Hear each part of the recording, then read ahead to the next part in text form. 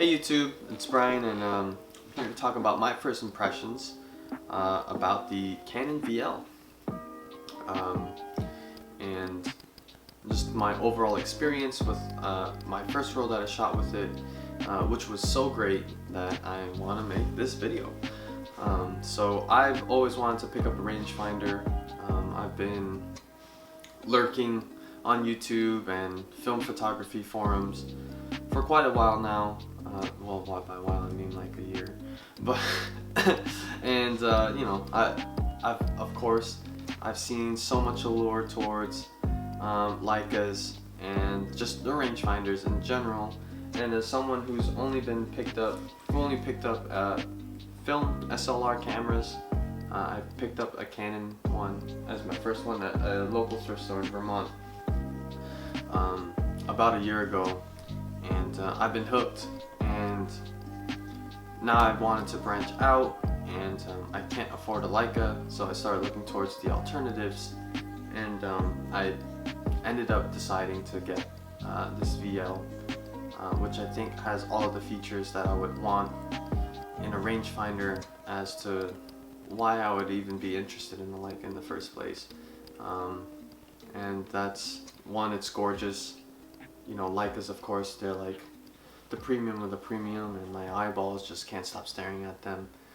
I get that same feeling looking at this camera. I think this camera is so beautiful. I'm super proud to wear this all the time around with me. And you know, as much as I don't wear it to get compliments, but I do get compliments when I wear this camera around. And this hasn't been that long. Two, it's super premium build quality wise. It has that early 20th century over-engineered feeling, like a lot of your older film SLRs and other earlier made film cameras in general. It's all metal. This is literally a brick. I can slap it into my hand and it kind of hurts. I love it. It really feels like a premium camera in my hands, and I'm sure that a Leica would feel exactly the same, right? And third, it has a interchangeable lens system, which was my big decision to purchase this camera over other rangefinders that have a fixed lens on it, like the Canonets or the Minolta 7s, etc. And I did purchase this camera with the 50mm 1.4. Was not cheap. I bought those two. I bought this camera and that camera and that lens together for around $280. Just not cheap at all. But if you do the math, I bought this body for about 80 bucks. That lens is just super expensive, but it is what I'm filming on right now, and I think it looks really good, so I don't regret it. From whatever my images look, I think I'm gonna have a lot more fun with this lens. And I also picked up this Industar 22 for around 30 bucks. And it's just super compact. This is actually my everyday carry. I don't use the 50mm 1.4 that much, just because it's much bulkier. Which I kind of feel bad about, but this is just, it's so much more portable with this one that I find that I just want to leave the house with this one, because it's just so slim. And when I wear this camera, it has such a low profile on my body that I don't mind having a camera on me. I would never carry my film SLR with me because it's just so much bigger. I feel like I only took this out when I knew that I was going to take pictures. If I didn't actually know I was going to take pictures for that day, I would never carry this. And picking up this rangefinder, I wanted something that I would be bringing with me all the time without having to think about it. Like, this is just now an extension of my outfit and my body. And I'm able to capture moments with my friends that I would have otherwise missed with my other camera because it's just so big and I would never want to bring it. So definitely worth my purchase, just because now I'm actually documenting everything about my life, and I'll continue shooting with this until it gets replaced, which I don't think is going to be very likely. Let's go talk about some of the specs of this camera. So it has something unique about this camera is that it has 3 different viewfinders. So it has a 50mm viewfinder, a 35mm viewfinder, and a 135mm viewfinder. So something different about this camera than other rangefinders that I've seen is that this actually doesn't have parallax frame lines. There are no frame lines when you view through the viewfinder of this camera. Those 3 settings that I just talked about just change the way you look through the camera, and you actually are shooting 100% coverage, or maybe it's like 90 something percent.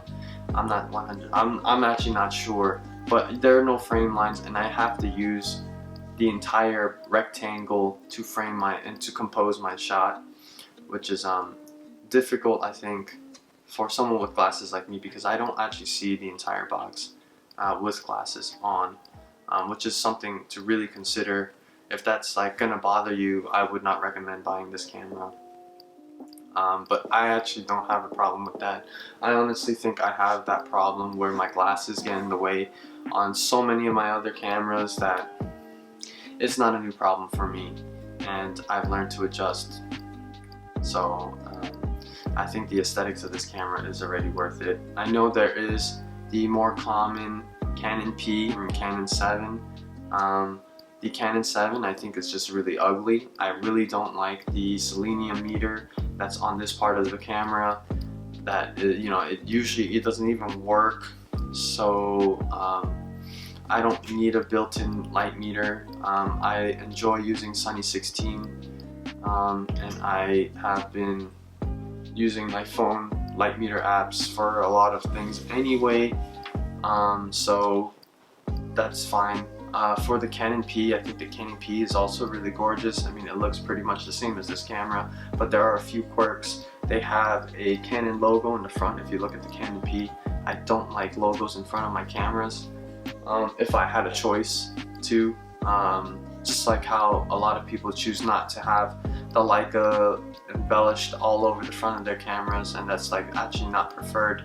I agree, and I don't like it when there's branding in the front of the camera, and I'd rather have it not be there, because I want people to pay attention to the amount of detail that they put into the design of the camera itself, and not to just look at a logo. Another thing is that the Canon P and the Canon 7 both have an updated shutter speed dial, or they have all of the shutter speeds on the top of the camera. I don't like the way that shutter speed dial looks.